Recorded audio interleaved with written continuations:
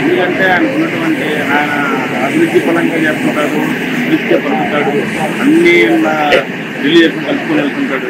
So కాబట్టి డబ్బు అలాంటి మంచి ఈక్వల్ లీడర్ కంపల్సరీ కావాలి నియోజకవర్గానికి.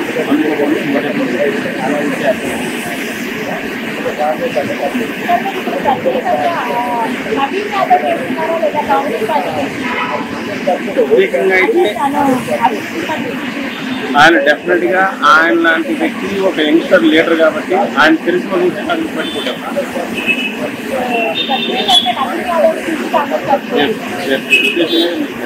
నవీన్ యాదవ్ పట్టుకుంటాం. డెఫినెట్ గా నియోజకవర్గంలో ప్రజలకు కావాల్సినటువంటి మౌలిక సదుపాయాలు కానీ వీటన్నిటికి కావాల్సినటువంటి సంక్షేమ పథకాల విషయంలో అన్నిటికీ అంటే బిలో పవర్టీ అనేది ఎవరైతే బస్తీలో ఉంటారు కదమ్మా తెలియని వాళ్ళకి వాళ్ళందరూ కూడా తీసుకుని ఆయన డెఫినెట్ గా చేస్తుంటాడు అనే ఉద్దేశం మీద అయితే అందరిలో ప్రజాభిప్రాయం బాగానే ఉంది ఆయన మీద. అందుకోసం ఆయన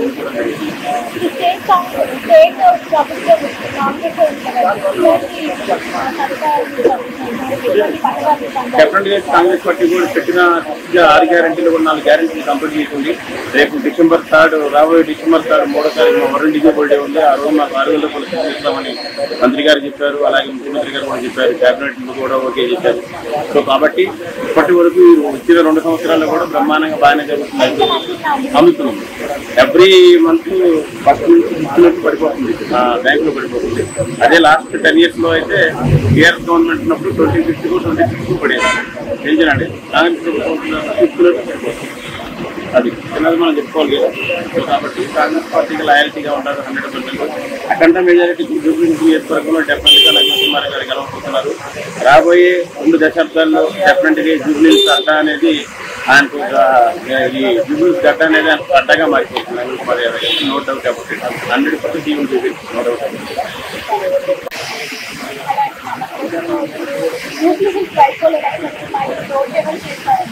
నేను కాంగ్రెస్కి ఇస్తామమ్మా.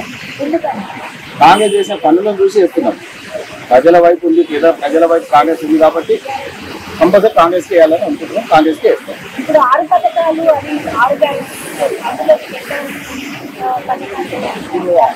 అందుతున్నాయమ్మా.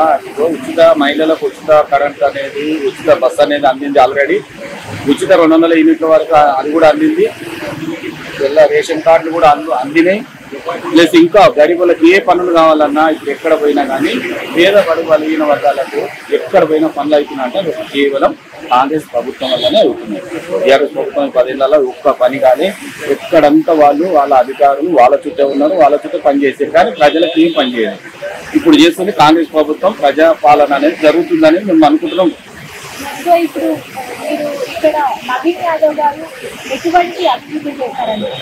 నవీన్ యాదవ్ అంటే ఇంతకుముందు గతంలో 2 సార్లు కూడా పోటీ చేసిందమ్మా. ఆయన కూడా స్థానికంగా ఒక ఇన్ఫ్లుయెన్స్ ఉంది. స్థానికంగా ప్రజలలో అందుబాటులో ఉన్నాడు. మంచి చదువుకున్న వ్యక్తి కాబట్టి అందరి నోటాలు ఉన్నాడు. నవీన్ అంటే మాకు అందుబాటులో ఉంటాడు, చేస్తాడు.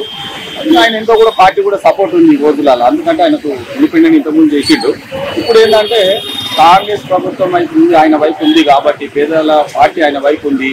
ఆయన కూడా చదువుకున్నాడు, బాగా అభివృద్ధి చేస్తాడు. ఇంకా ప్రజలలో అన్ని సంక్షేమ పథకాలు ప్రతి గడపకు తీసుకుపోతాడు అని చెప్పేసి ప్రజలు నమ్ముతున్నారు నవీన్ యాదవ్. ఖచ్చితంగా నవీన్ యాదవ్కి ఓటు వేయాలనుకుంటున్నారు. నవీన్ యాదవ్ గెలుస్తాడమ్మా.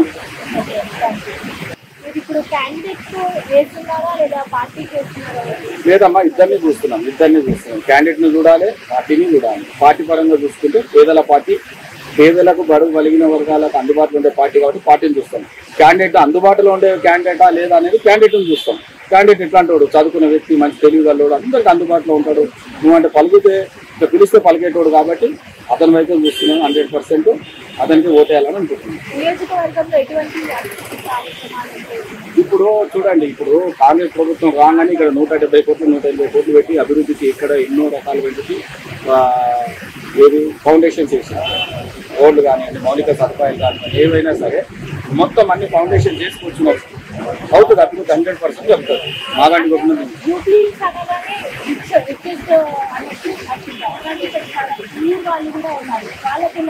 ఇప్పుడు బొమ్మ బురసమ్మ, బొమ్మ ఒకవైపు ఏమో రిచ్, ఒకవైపు ఏమో పేదలది. ఇప్పుడు ఒక కాయంకి 2 వైపులు ఉంటాయి.